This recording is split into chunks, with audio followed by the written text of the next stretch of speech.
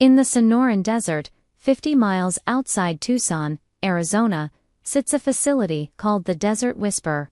It's not glamorous. It has no armed guards, no visitor center, no gift shop. Just 3 astronomers, a rotating handful of grad students, and one very sensitive radio telescope pointed at the sky. Their job? Listen for extraterrestrial intelligence. For 30 years, they heard nothing but static. Dr. Alina Vasquez had been there for 15 of those years. She had arrived in 2006, fresh off a PhD in astrophysics, full of idealism. Her advisor had warned her, SETI is a graveyard for careers. You'll listen to silence until you retire or go mad. She almost went mad. Not from the silence, from the ridicule. Colleagues called her project the billion-dollar ear for nothing.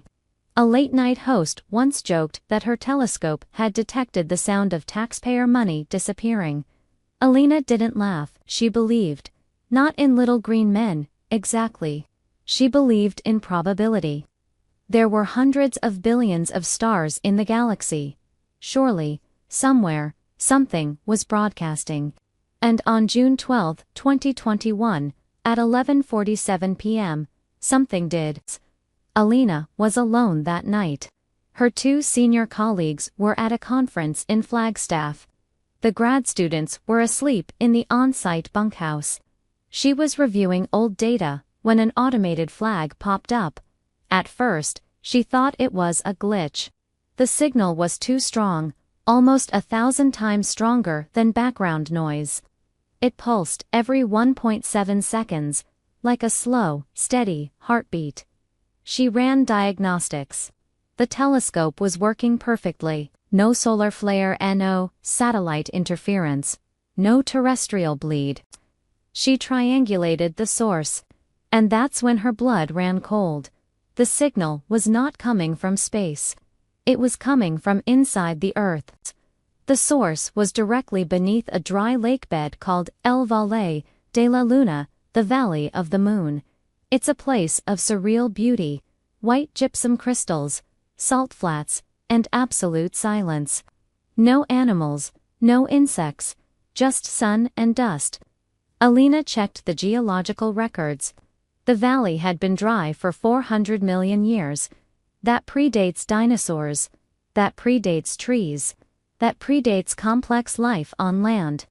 The rock beneath that valley had not seen water, let alone a living organism, since the Devonian period. And yet, something down there was broadcasting a radio pulse. She called the United States Geological Survey. They had no explanation. She called the Air Force's Space Surveillance Network. They confirmed no known satellites or debris in that area. She called a former mentor at MIT, who listened in silence for a full 30 seconds, and then said, "Alina, are you sure your equipment isn't broken?" She was sure. The next morning, she told her colleagues. Dr. Marcus Webb, a cynical radio astronomer in his 60s, laughed. "Probably a military test," he said. "They bury all kinds of junk in the desert." Dr. Priya Sharma, the 3rd member of the team, was more cautious. Priya was a geophysicist by training. She pulled up seismic surveys of the valley from the 1990s. Nothing unusual showed. No voids, no caverns, no underground bases. "If something is down there," Priya said, "it's been there for a very long time. And nothing is supposed to be down there." Alina didn't sleep for 3 days. She kept listening. The pulse never wavered. 1.7 seconds. 1.7 seconds. 1.7 seconds. It was too regular to be natural. Natural sources pulsars, magnetars drift or flicker. This was metronomic, artificial. She secured a small grant from the university, $20,000, just enough to drill. Drilling in the Valley of the Moon is not easy. The surface is a crust of salt and gypsum, brittle as old plaster. Beneath that, 100 feet of dry clay. Beneath that, ancient basalt from volcanic flows, 300 million years old. The drilling team arrived on a Monday. They were led by a grizzled contractor named Hank, who had drilled water wells all over the Southwest. He took Alina aside on the first day. "Ma'am," he said, "I've drilled through a lot of weird stuff. Old foundations, buried cars, once, a Civil War cannonball. But you're asking me to go down 4,000 feet into rock that hasn't been touched since before the continents finished drifting. What exactly are you expecting to find?" Alina said, "I don't know." Hank looked at her for a long moment. Then he spat tobacco into the dust and said, "Fair enough." For 3 weeks, they drilled. Progress was slow, sometimes just 40 feet a day. At 2,000 feet, they hit a layer of anhydrite so hard it shattered to drill bits. At 3,000 feet, the temperature inside the borehole reached 140 degrees Fahrenheit. Then, at 3,140 feet, the drill stopped, not slowed, stopped. The motor wind. The bit spun, but made no progress. Hank checked the torque readings. Something was blocking the hole. "We hit something hard," he radioed up. "Harder than rock. Harder than anything I've ever seen." He tried to pull the bit up, it wouldn't budge. 20 minutes later, the drill string sheared. $1 million of equipment was now stuck 3,000 feet underground. They sent down a fiber optic camera. The descent took 40 minutes. When the image finally resolved, everyone in the trailer went silent. The camera showed a sphere. It was roughly 8 feet in diameter. The surface was smooth, not polished, but seamless, as if it had been grown rather than manufactured. The color was a deep, muted bronze, like an old bell, and it was embedded directly into the basalt, as if the rock had formed around it. Hank whispered, "What the hell is that?" Alina checked the timestamp on the rock sample from that depth. 380 million years old, give or take 10 million. The sphere had been there since before the first reptiles crawled onto land. And it was still pulsing. 1.7 seconds. 1.7 seconds. 1.7 seconds. Over the next 2 weeks, Alina assembled a small, unofficial team. Priya analyzed the sphere's composition. The metal was unlike anything in the geological record. It had no crystal structure. It was not an alloy of any known elements, at least. Not in any recognizable proportion. Marcus, who had mocked the project, became its most obsessive researcher. He recorded the signal 24 hours a day. He found no encoding, no modulation, no message. Just pure, repeating pulses, like a lighthouse. Like a beacon. "It's not trying to communicate," Marcus said one night, rubbing his eyes. "It's just announcing. Saying, 'I am here.' Over and over." The question was, here, for whom? Alina became obsessed with the age of the sphere. 380 million years ago, Earth was very different. The continents were mostly empty. The only life on land was primitive plants and tiny arthropods near the water's edge. The oceans were full of armored fish and giant sea scorpions. No civilization, no intelligence, not even a vertebrate on land. And yet, someone or something had placed a radio beacon inside the planet. She found a single reference in an obscure paleontology journal from 1972. A geologist named Dr. Harold Finch had drilled in the same valley and reported anomalous magnetic readings at depth. The paper was dismissed as a calibration error. Finch died in 1985. His field notes had been donated to a university archive in New Mexico. Alina drove 6 hours to read them. Finch's notes were erratic. He had written the same phrase over and over, "not natural." On the last page, he had drawn a circolosphere and, underneath it, a single sentence. "Whatever is down there, it's not a rock, it's not a meteorite, it's waiting." Finch had tried to go back for a second drilling expedition. His funding was denied. 6 months later, he suffered a nervous breakdown and spent the rest of his life in a care facility in Santa Fe. Alina photocopied every page. On the 35th night after discovery, something changed. Alina was alone in the control trailer, reviewing Finch's notes, when the signal monitor began flashing. The pulse interval was accelerating.